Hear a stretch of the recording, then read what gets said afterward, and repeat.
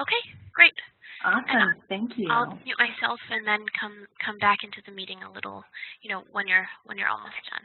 Great, thank you, Sophie. Yeah, no problem. Thank you.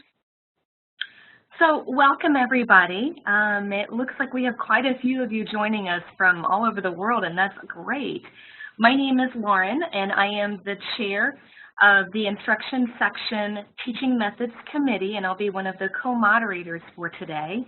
So we want to thank you all for joining us, and welcome to the new framework, New Directions, Teaching Information Literacy in a New Context. Today's session will be recorded and available to view and listen to later this week.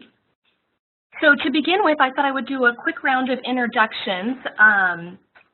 As I mentioned, I'm the chair of the Teaching Methods Committee this year. My co-moderator is Brandon West, who is also one of our committee members.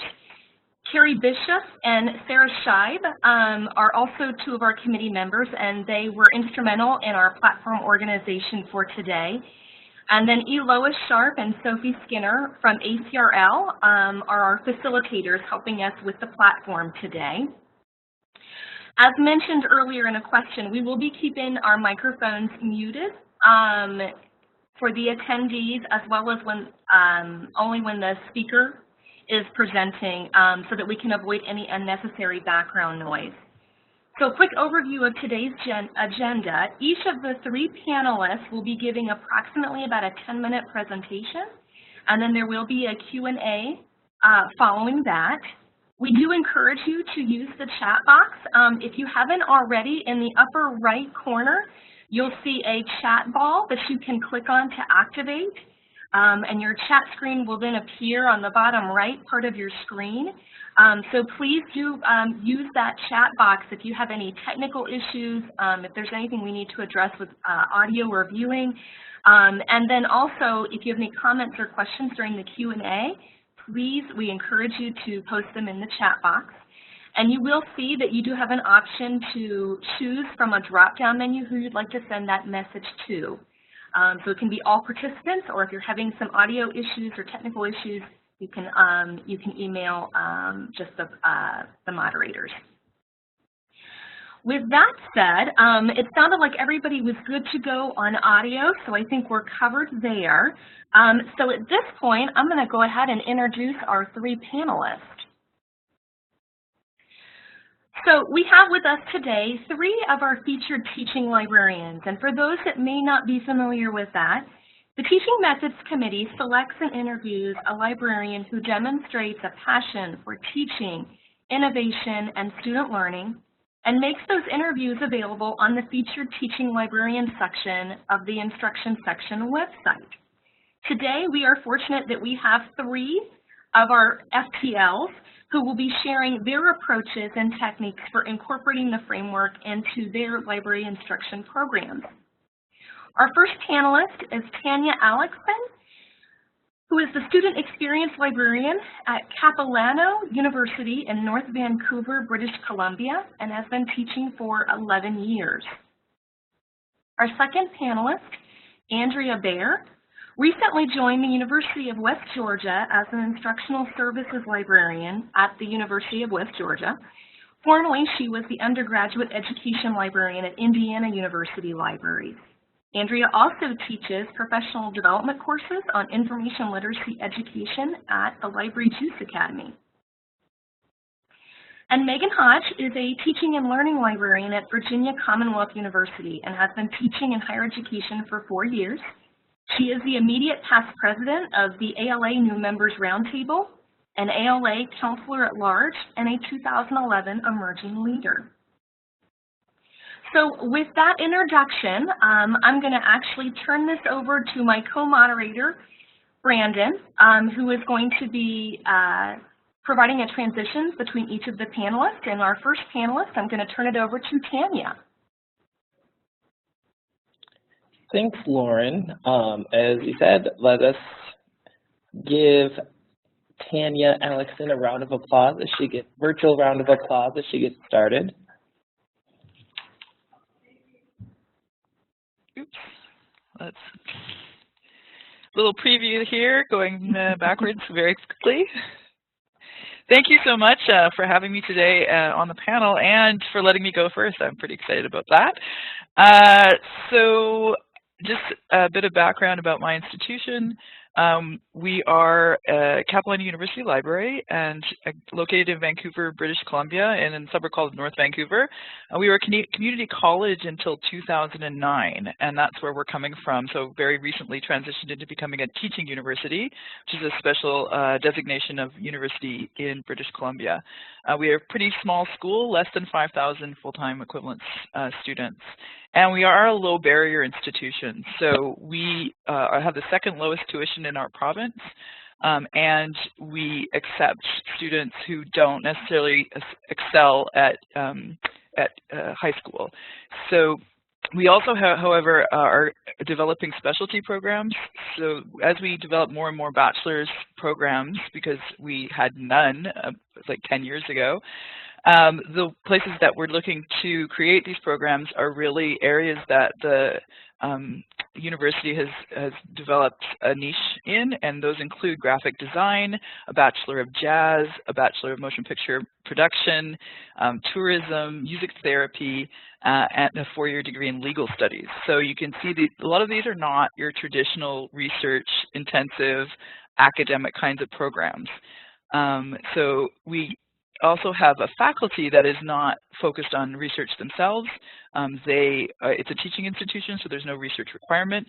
They do research sometimes, but most often it'll be in these programs, specialty program areas. So they're very, we have a lot of entrepreneurs who have their own businesses. We have a lot of performance people, so jazz musicians and graphic designers. So again, not your traditional academic research kinds of programs. Our library is quite small. We have 6 full-time librarians, and last year we taught about 166 classes. So this is actually quite a big increase for us. We've probably gone up 50 to 75% in the number of classes we teach per year, and especially we've had a big jump in the number of specialty classes. So we have a tradition in teaching things like English 100, Psychology 100, but now we are venturing into more areas like I have taught in the jazz program and in the motion picture production program. That's my liaison area. We adopted the framework last year, and we've really been focusing on developing our active teaching model. So we have had 5 retirements out of 6 librarians in the last 6 years. So the faces around the table in the librarians room are really quite different than they have been in the past, and this has allowed us to kind of explore new areas. There's not a definitely established pattern that we're trying to follow anymore. We are really open to things like the framework and taking it where it can lead us. I was the instruction librarian up until 2 years ago, and I focused on the information literacy standards that were posted by ACRL. I introduced learning objectives to the instruction program at the library, and we tried to move away from a strictly lecture demo style to a little bit more active classroom. And so we bought iPads so that the students could actually follow along with us, because in the past, our classroom didn't have individual workstations, and the students basically just had to look at what we were doing as we were trying to demonstrate it. So now, as you know, a few years ago, we moved away from just strictly lecture into a more active classroom. And Jocelyn Hallman was brought on as our teaching and learning librarian 2 years ago. She has a really deep background in instructional design, and so she's really taken us to the next level in terms of those learning outcomes that we've been developing, and reimagining our classroom as more of an area for discussion and conversation than demonstration. She's really been encouraging us to develop our learning outcomes based on the frames and to keep it active, giving us a whole new repertoire of activities that we've been able to use in the classroom. And I'm now the instruction and student experience librarian, which includes instruction, and so we've been working together on assessment pieces for this as well. The frame that really resonates for me in the classes that I've been teaching is the search and strategic exploration. I see a lot of students in first and second year, and again, from programs that are not traditionally research-based. And so this particular frame allows me to encounter students that have a huge difference in their abilities. So I get some students who are really good at research, but a lot of them are not, and they haven't really been able to develop their skills in this area before. So this particular frame is a really nice entry-level frame. Our institution does value research, but the culture of research is not anywhere near the same as it would be on a large research institution. So kind of working with them to get them into the framework of academic research or other kinds of research, depending on what program that they're approaching research from. And it also allows for specific tool development, which they still need to do, but within a larger context of sort of discussion on what is research. So I just wanted to share, this is for English 100. We had learning objectives, and before the framework, they looked like this. And you can see that there are way too many of them. This is for one 80-minute class. They're not really great objectives in terms of being student activity objectives. And they are aligned with the former standards, but they're really weighted to meeting the needs of a specific assignment that the students would have to do when they came out of the class. And they're missing the whole idea of a threshold concept. So it's sort of like teach the students something, once they learn it, then we don't need to bring that back up again, as opposed to starting a discussion that can go over multiple classes over multiple years. And so the new learning objectives that we've come up now that we've adopted the framework are these ones. So same class, you can see we've really streamlined what we're trying to achieve in the class, and most of the same skills are taught, but within a different environment, one more active, more discussion, and then we can continue the discussion on these particular objectives down the road, enhancing the students' skills, getting them to look more deeply at these topics. And so I wanted to share just a couple of exercises that we do inside the class to show how we're using the framework now. So this particular exercise or activity comes at the beginning of the class, and it was Jocelyn, our teaching and learning librarian, hosted a workshop for librarians across the Lower Mainland in Vancouver to discuss the framework, and this activity actually came out of that. So I was super excited to have that opportunity to talk with other librarians about how we could incorporate the framework into our libraries, and then this particular activity has been super popular since we've adopted it. And so what happens is the students come into the classroom, the tables are arranged so that they can see the projection or whiteboard, but their focus is really on each other and facilitating a discussion between them. They also have a large piece of paper and some felts that are already available to them on the table, so it's very low tech, but we show them the slide, and I don't really need to do a lot of further instruction on it. I just ask them, who would you want to get reliable information from to write about your topic, and who has specialized knowledge that would make your topic more interesting. This particular activity was for an English 100 class for Indigenous filmmakers. So we have a program that young First Nations students come to our institution and learn how to make movies, and they don't have a lot of traditional academic requirements, but this particular class, English 100, is one of the ones that they have to do. And their instructor is very active on campus in indigenizing our campus, and so he set decolonization as the overall topic for the whole class that they were doing. So what I really like about this particular activity is that it speaks directly to one of our learning outcomes and to the frame in talking about authority and defining what authority means. That the students aren't intimidated by it at all. They may take a few minutes to get going, but inevitably somebody has an idea and the ball gets rolling. They pick up the pens and start drawing. The fact that they are drawing takes them out of the mindset that they have to produce some kind of perfect result. I always tell them, it's okay. It's not going to be published anywhere. Just do it. Put things on the paper, and it really allows them to kind of tap into that creative side and get out of a pressure situation and get them to discuss it a little bit more deeply, I think, than they would if they were doing something besides producing a picture.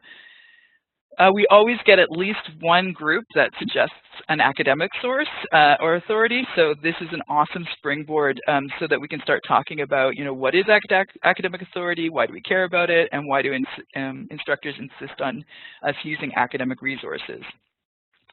The characteristics the students describe pre-imagine all the criteria that they're going to need for being able to identify academic resources. And it also opens up, though, the possibility of using things other than academic resources. And they really do enjoy drawing and using the smelly felts. So again, this is the topic that they, this is a slide that I outlined the activity with for them, and then this is what they produced. And you can see one group has 2 experts, and they really tapped into exactly what I would have given them in a lecture, except that in this instance, they came up with it themselves. And so it's a much more meaningful lesson for them. They chose their English 100 instructor, and the characteristics they identified for him really all speak to the things that we want them to get out of an academic resource. He has deep knowledge, he knows resources, he works at a university. And then on the other side, they have their Indigenous film instructor, but what they liked about her as an authority is that she has not only technical knowledge, but she is a First Nations person herself, so she has deep cultural knowledge. And they brought up the fact that she was the daughter of a chief, and so here she is with an alternative authority structure that they're able to tap into that means something to them. So the other thing I really like about the frame is that you're able to incorporate student practice in being, you can incorporate what students are already doing in the classroom. So I'm running out of time here. I'm just going to quickly show you that we can talk about how they do use Google and how this can be part of what their research process is, but give it a context to get them to come up with ideas on how it can be used or not used. And so one activity that we have is to get them to describe a metaphor. How is Google like or not like the library resources? And this is one example they came up with, which is Google's like a coffee maker with no filter, and the library databases are like a coffee maker with a filter that blocks all the beans and makes the best coffee. They also came up with one that is Google is like unsorted garbage, the library is like sorted garbage. So it's always lovely to be compared favorably to Google, even if it's as a garbage. So the impact of the framework really is for us that we're making that clean break from bibliographic instruction and fully getting into information literacy, that we're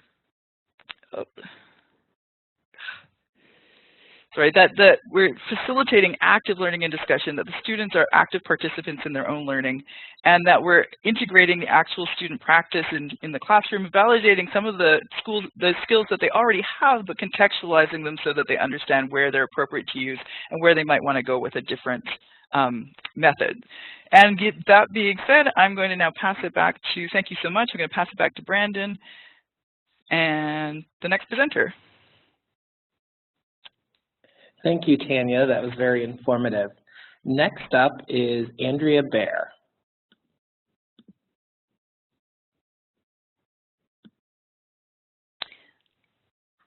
Hi, this is Andrea. Can everyone hear me? Okay, great, thanks. All right, well, thank you very much for the opportunity to be here today.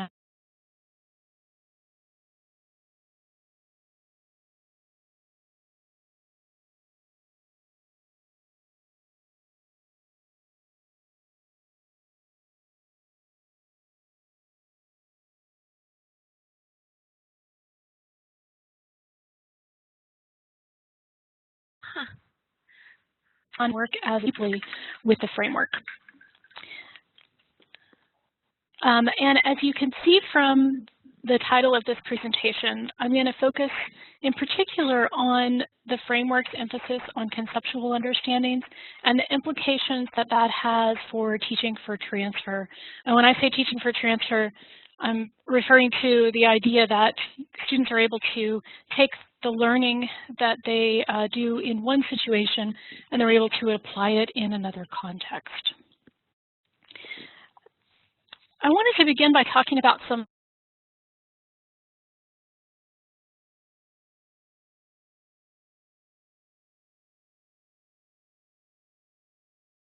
situated, and that means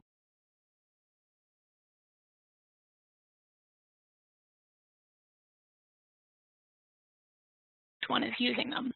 It also foregrounds the idea that information literacy develops over a lifetime, and that learning is a lifelong process.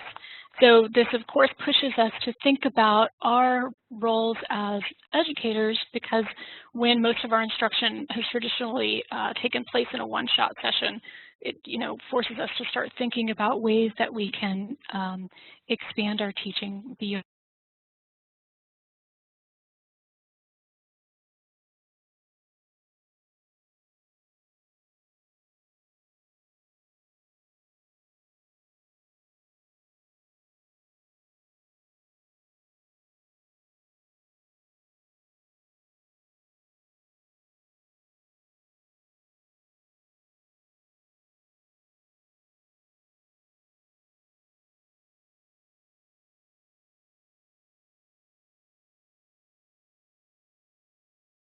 Andrea, it looks like your sound is cutting in and out, and I'm afraid you may not be able to hear me.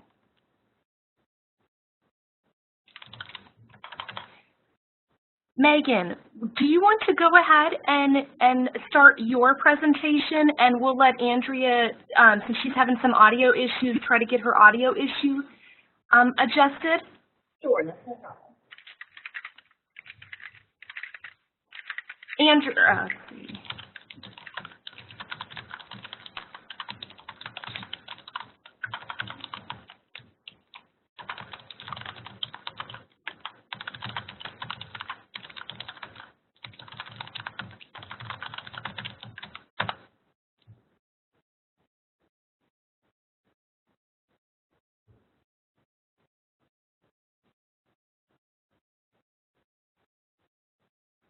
So, just so everybody knows, we're having a little bit of audio issues with Andrea's audio, so we're going to try to adjust and see if we can get Megan to go ahead and give her presentation. That way, Andrea has a little bit of time to get her audio adjusted so that hers can go a little bit more smoothly.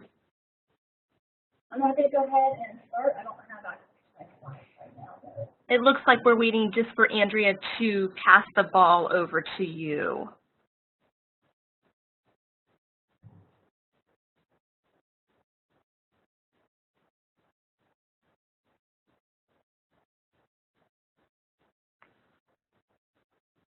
Oh, thank you for your question, Jana. The audio is a little in and out. We'll see what we can do to get that adjusted.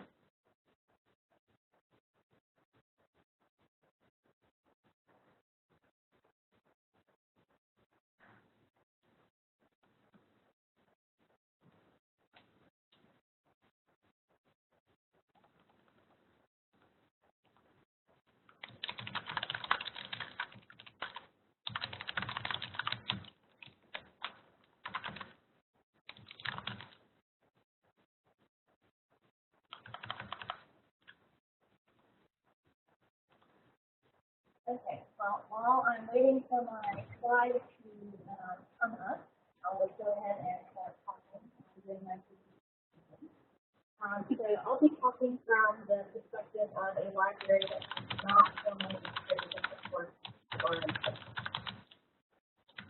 we discuss the framework and natural areas of instructional focus to big streams that have not really traced. Megan, are you able to adjust your volume? It looks like it's coming through fairly muffled, so we're having difficulty hearing. Are you able to adjust your volume? The mic is all the way up. Aha, okay. A USB headset where the mic is right next to it now. Okay.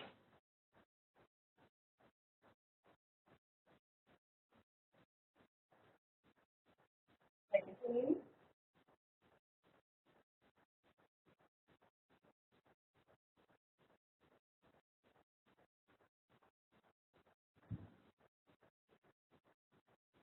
Okay. Let's try your audio again and see where we are.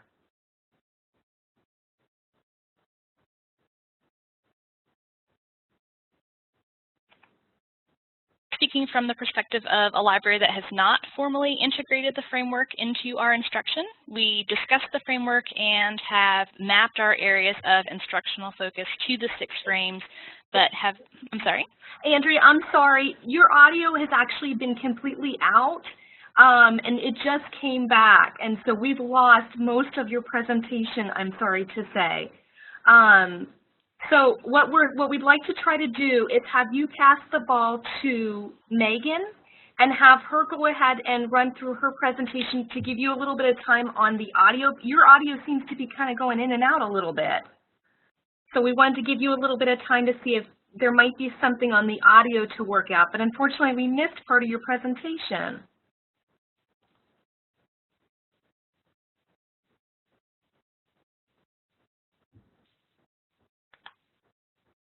Megan? Yes? Hey. Hey. Are you going to start your presentation now? Because I can pass you the ball. Sure, that's fine. Mm-hmm. And thanks so much for your patience. I'm not sure exactly what the issue is, but we're trying to resolve it. So. Okay, so before explaining our approach to the framework, it might be helpful to know a bit about VCU and our instruction here. So we're a large research university with about 32,000 FTE, and about 1/3 of our undergrads are first-generation college students. In terms of our instruction librarians, we've got 9 subject liaisons and another 5 librarians, including me, devoted primarily, though not exclusively, to teaching VCU's first-year experience program, which actually lasts 3 semesters here. So the primary courses in this FYE sequence that we interact with are UNIV 112 and UNIV 200. These are really writing-focused classes and have the goal of preparing students for writing in upper-level classes. Both of these courses have a shared curriculum in that all the professors who teach them are working from the same curriculum, and it is a spiral curriculum with the acknowledgement that concepts that are covered in 112 will also be covered again at a more complex level in 200. So students coming across the dozens of sections are working on roughly the same assignments at roughly the same time, basically. So our instruction in our department therefore has a certain amount of overlap.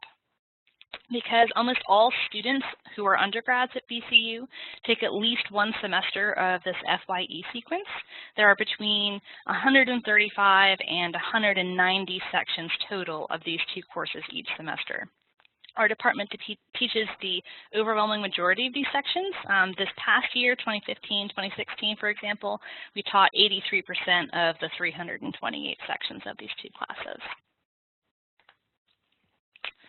So we took a really broad approach to raising awareness about the framework. The library's primary liaison to our FYE program was also the point person for all things framework related. So she met with each of the departments in our public services division, most of which don't teach in the traditional sense in terms of being inside a classroom, to make them aware of the framework and to facilitate thinking through how the framework could affect them. So these other departments included our staff who worked at our circulation desk, our special collections department, and innovative media, who were the folks who helped students with all things audio and visual. So sort of incidental to the framework, these discussions were actually so popular in terms of raising awareness about the work that our department does and the framework in general, that they became the genesis of a really popular monthly salon in which someone from a different department around the library facilitates discussion on topics such as media literacy and disability services in order to, sort of raise awareness and stimulate conversation. After the framework was finalized and filed, the same FYE point liaison led a discussion on the framework at the library's Faculty Senate meeting.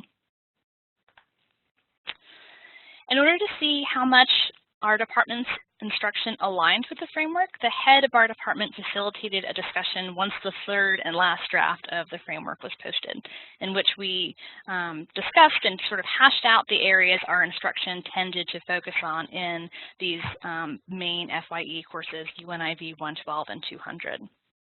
So during the course of this discussion, what we did was identify a number of skills and topics that we commonly teach, such as source evaluation, and then used an informal quantitative scale where 1 meant that we never teach a certain topic in our classes versus 5, where we always teach a particular topic in our classes, in order to help us determine where we as a group were spending our instructional time. We then averaged all of our individual scores, which are the numbers that you can see in the box squares here. After that, we mapped the framework to our current areas of focus, which is what those circled numbers are. So basically the list of frames as they appear in that draft, that's how we numbered them. And we had no problem doing this, which was really affirming because it indicated that much of what we've already been doing instructionally was within the context of the new framework. We then took the inverse approach to this exercise by matching our focuses in UNIV 112 and UNIV 200 as we had taught them that fall, that would be fall 2014, to the new framework, using the same quantitative scale that we'd used for our areas of focus, which enabled us to see where the department as a whole was spending most of its instructional time. And as you can see here, our 2 heaviest hitting frames for these FYE courses were searching as strategic and research as inquiry. So even without officially adopting the framework, we were still heavily teaching towards these 2 frames. One of the best takeaways from these discussions were that the focuses in 112 and 200 are somewhat similar, and, which is somewhat intentional because this is a spiral curriculum, but it really helped us identify where those overlaps were. As a result of this process, we were able to look at making more clear delineations, in following semesters to make it more intentional where the overlap was.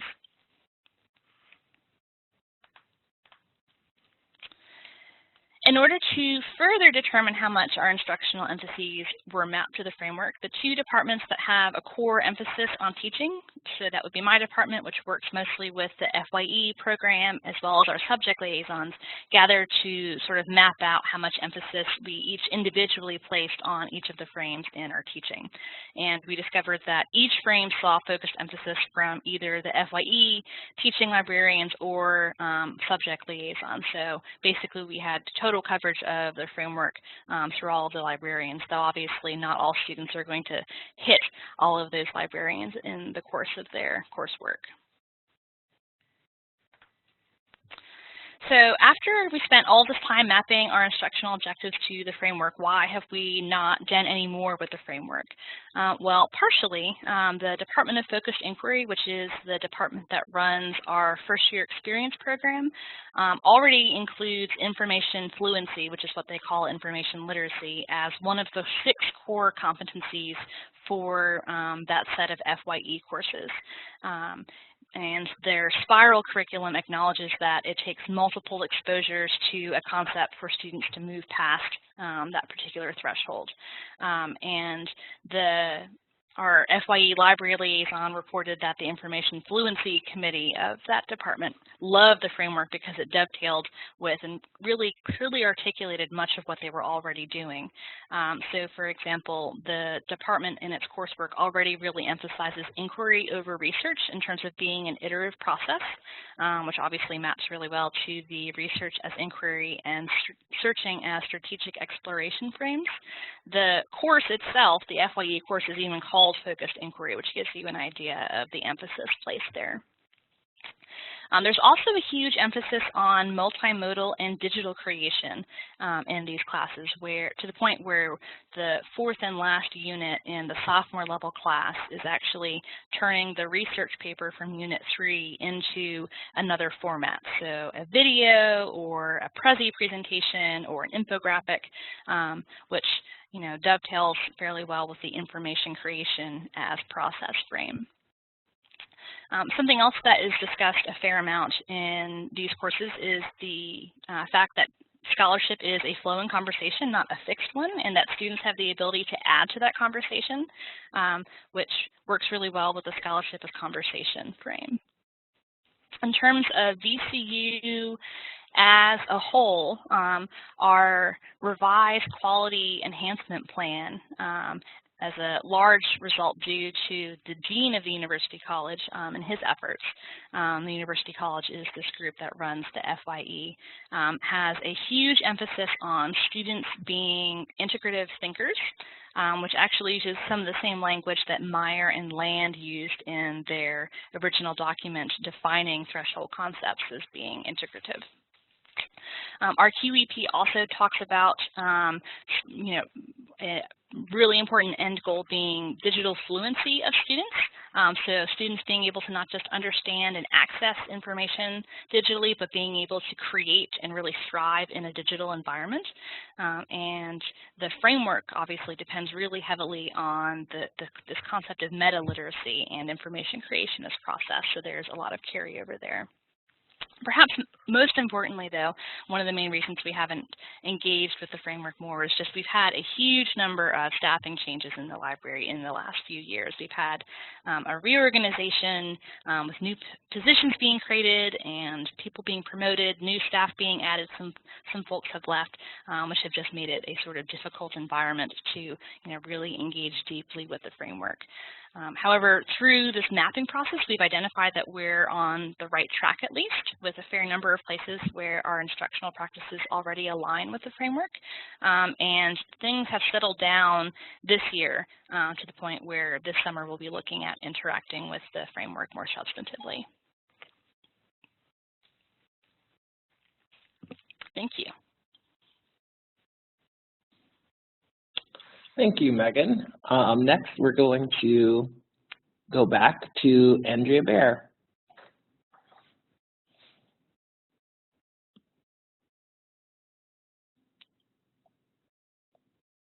Megan, can you pass the ball to Andrea?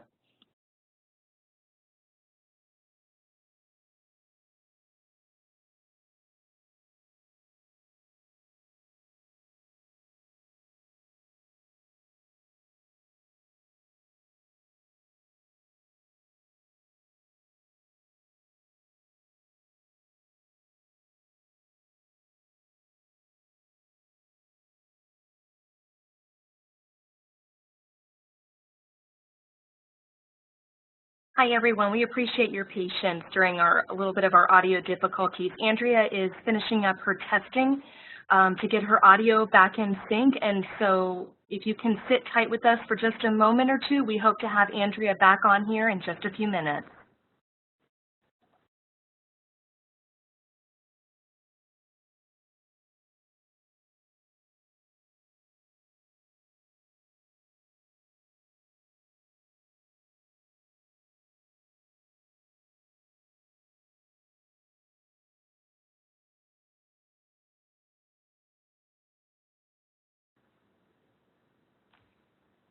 So while we're waiting for Andrea to finish up her audio testing, Megan, would you be willing to answer a question kind of in our transitional period that was asked during your presentation about defining the spiral curriculum? Sure. So a spiral curriculum is one in which it is assumed that the same concept, multiple concepts, will be taught at multiple levels. So you might see this in, for example, math. You have students who learn about, I'm not a math person personally, but, they learn about this idea of calculus, and they need to have a basic understanding of calculus to pass calculus. And then in another class, you will need to use calculus again, and you use it in a different way. And so basically, through the course of multiple classes, students are being taught the same concept, but in increasingly complex ways. Great. Thanks, Megan, for clarifying that. Thanks for your question, Molly. So Looks like we're still in some testing period with Andrea, and so let's just open up for some Q&A right now. So we'll do things a little out of order given the audio issues that we're having here. Does anybody have any questions or comments that they'd like to post into the chat box regarding Megan or Tanya's presentations that you've heard so far?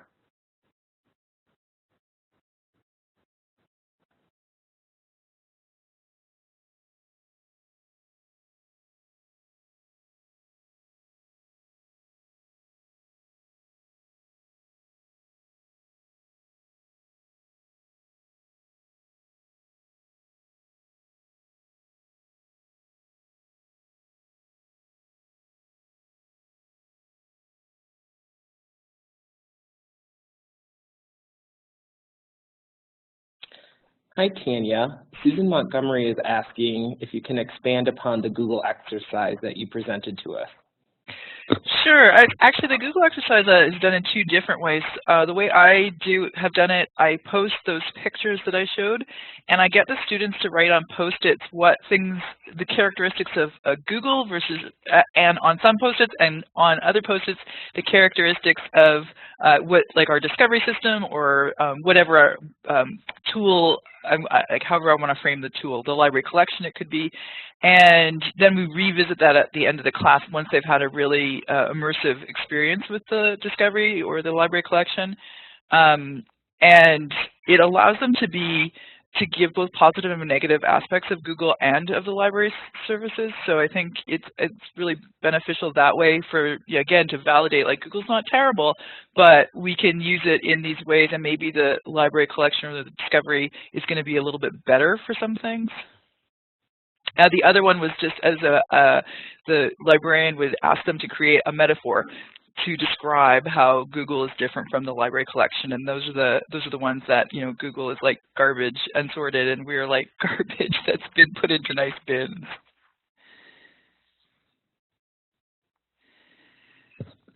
Tanya, Melanie has another question for you. She's wondering if you would be able to share any of your assessment data. We are in the process of kind of trying to get the assessment data that we have into nice reports that we can share. So at the library website, it's my intention to have an annual report within the next few months that includes our assessment data from last year, and that was on the English 100. We decided to just assess English 100 and ask the students how well they thought that they had incorporated our learning objectives. So that I will be sharing it on Capilano University Library site sometime in the hopefully near future. Megan, it looks like we have a question for you coming from Maureen Perry. She asked, have the majority of students in 200 taken 112? And how do you address the needs of the students in 200 who have waived 112? Great question. So indeed, yes, the majority of the students in 200 have taken 112, but it's certainly not all of them. 200 is the class that if anyone's going to take any part of this FYE sequence, it's going to be 200. That's the one that's basically impossible to get out of. So what we generally do at the beginning of the class is sort of a brief review of the concepts that we talked about in 112, and we often do this with the assistance of the students in the classroom who did have library instruction in 112, so it's sort of an interactive type of review just to sort of help get everyone up to speed.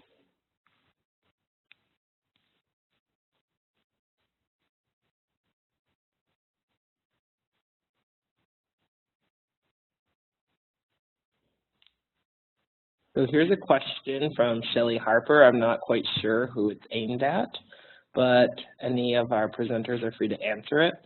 Do librarians agree about what they teach, for instance, in FYE courses? If not, how many people have been building senses? That's a good question. So that's been something that our department at VCU that we've been, looking at making more standard, just because we would like to reduce the amount of unintentional overlap between what we're doing in, the lower level FYE classes and the upper level ones. So if we are having this sort of spiral curriculum thing and reinforcing concepts, that we're doing it in a way that is not going to bore the students to tears because they feel like they've had that before.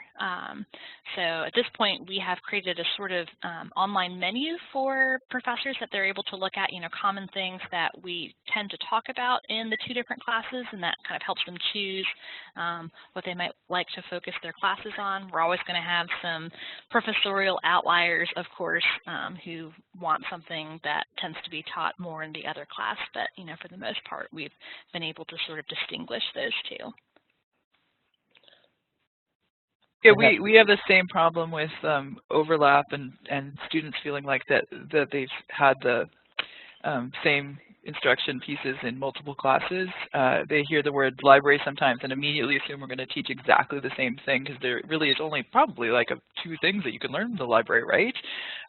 But what we're working on doing is that differentiation piece as well.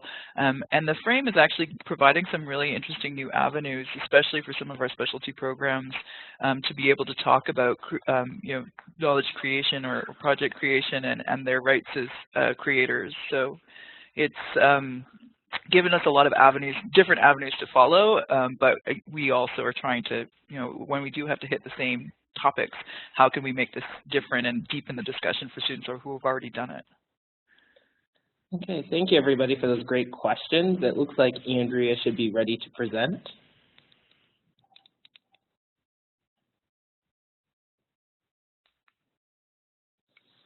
Lois, can you pass the ball to Andrea, please?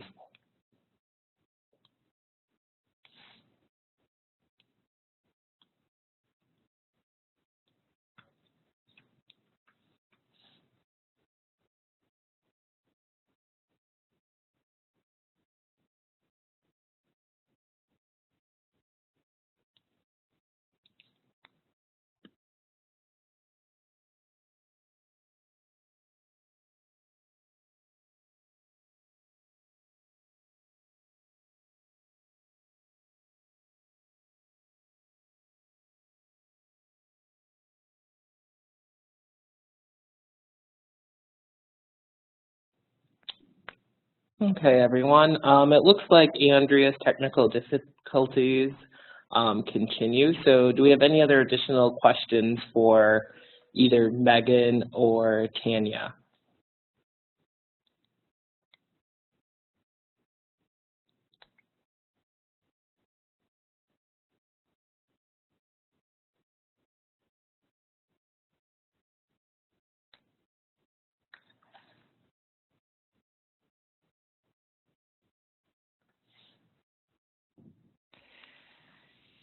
There was a question I saw there about the distinction between the catalog and discovery systems, that were, a lot of us have both things, and whether we should continue to differentiate for these between these for the students. And I am firmly of the belief that we should not differentiate. I'm trying to convince the people who I work with to move away from the catalog. One of the prime reasons is that the catalogs, we're a triple-I school, and our catalog has not had any serious innovations made to it in years. And so the interface, the functionality is so far behind the discovery layers where all the development has been going. And it just, if we're going to, by adding another layer that we are teaching the students without any real benefit to them that I can see, if discovery is going to find everything from the catalog and more, I personally am not talking about the catalog at all in my classes, and trying, like I said, to convince others to do the same. Agreed. At VCU, we have Primo, and we've gotten rid of our catalog entirely. You can search for books using Primo, and in my experience, the students are just like Tanya said, really grateful to not have to have an extra layer to go, like, oh, if I want books, I have to go search through this, other place. Just using the discovery tool for, databases and the catalog has been just really beloved by the students.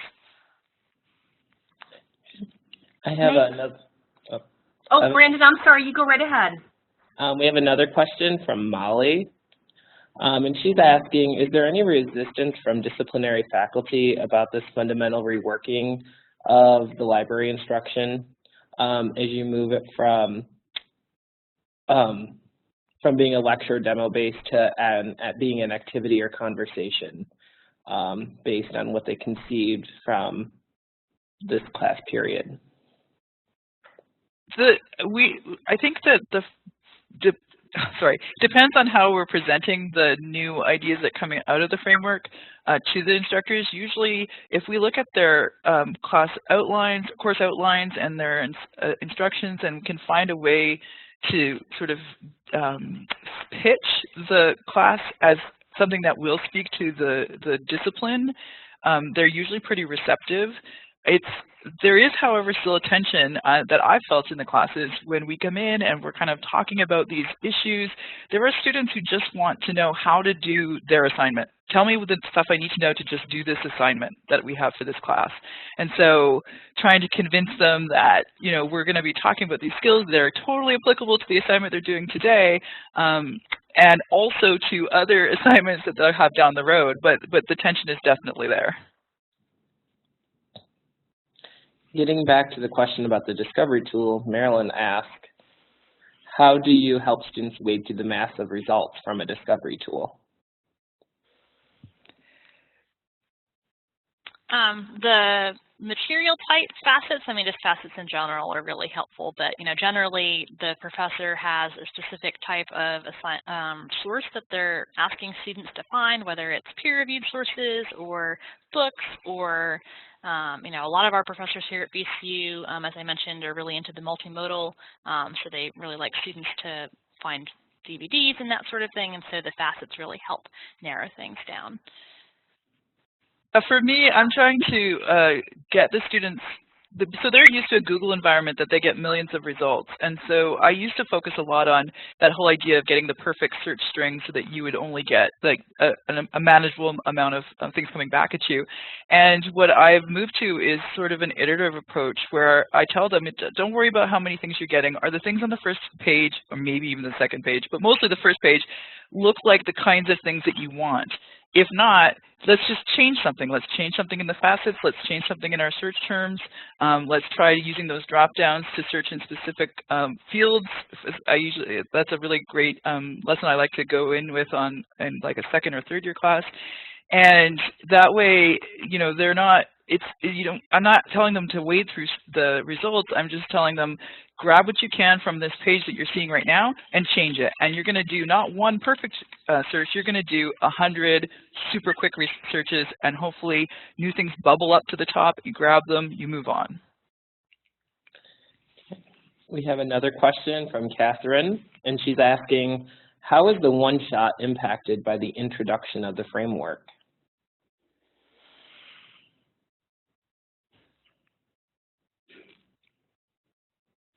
For us, it's just having the class as more of a discussion, and so as opposed to you know, a demo, which really means that we have to be efficient with our time, because discussions like the activity that I demonstrated with the drawing an expert, that, you know, we usually say we're trying to do it in 15 minutes, but it tends to take up more like 20, and when you only have 80 minutes total, you know, the time that I have left to actually get them to go through our discovery layer and do searches themselves ends up shrinking quite a bit. Or what I think that most of us at our library are thinking is that once the students get in, once we lead them to water, they usually can learn to drink. And yes, we can get them to, you know, interact with all the tools available to them in a discovery layer. But if we show them a few tricks to help with, like, point out the facets, point out how they can save and email things to themselves, the discussion that we have before we get there is really important, because it'll help them to go through those, you know, results with a more of an evaluative eye and be able to understand what's expected of them, and that the tool demo part of it actually can pretty much fade away in large part, because it's, you know, it's just another thing that they can practice with when they're doing their searching. Kind of a follow-up to this, Carrie's asking, do you actually show the students the framework or are you just using it as a guide for your instruction? We don't show them the framework. We just have learning objectives that we do share with them. But I don't know, Megan, do you guys show them the framework? Oh, no. The faculty, yes, but not the students. Yeah, same with us. Yeah, so another question, have any of you done any work with your campus writing centers on the threshold concept? That's something that we're starting to explore this spring and summer. Our head of our department has been having a fair number of meetings with the director of our writing center. And one of my other liaison areas is with our English language learners, where there's all sorts of overlap between what they need and the concepts in the framework. So starting this summer, yes, absolutely. We haven't, but we're starting to. Our writing center is not near the library, and we've had a sort of remote relationship with them in the past, but our teaching and learning librarian is really going to start working with them more closely in the next year, so hopefully that will change. Here's another question. Most of the discussion has been about first and second year students. Do you have any experience with the framework in upper level courses? I can't say that I do personally. I don't teach any upper level students myself, and as far as I'm aware, our Department of Subject Liaisons hasn't done more than what I've already indicated for our FYE classes. We don't have a ton of upper levels classes yet. We're starting to establish them, and I have worked with them, but really what I'm going in with entry level sort of thing, because they're have been in practical, like they're filmmaking students who've been working on making movies as opposed to research. So by the time they're in third and fourth year, they still haven't had a lot of research experience. But I'm going to be working with that faculty hopefully soon and mapping the curriculum so that I really want to get into those sort of third and fourth year concepts, especially around creating things and your rights as a creator.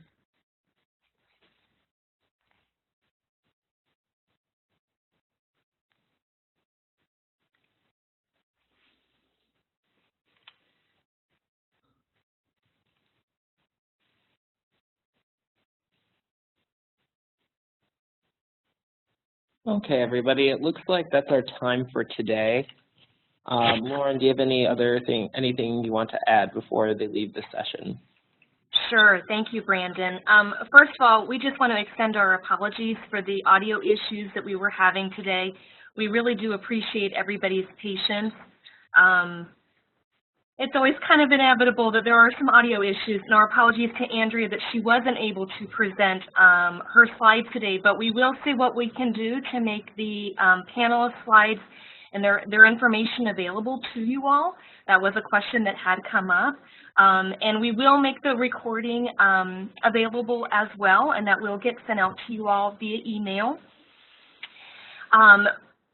Thank you to our panelists, Tanya, Andrea, and Megan, for their time and their willingness to share their experience. We appreciate Elois and Sophie for their help with the WebEx platform, and thank you to all the members of the Teaching Methods Committee for their hard work in getting ready for this event today. I am going to be posting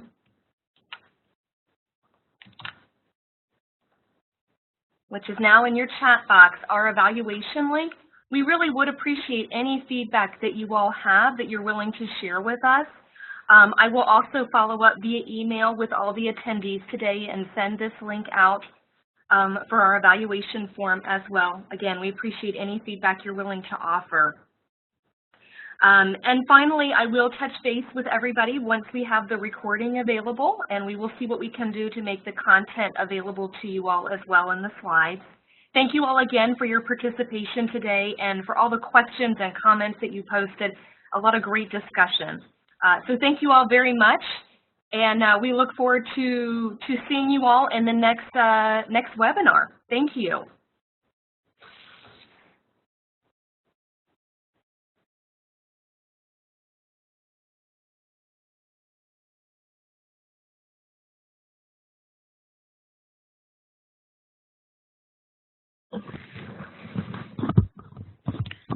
Great, and we are so sorry for the technical difficulties. Are you ready to stop the recording now?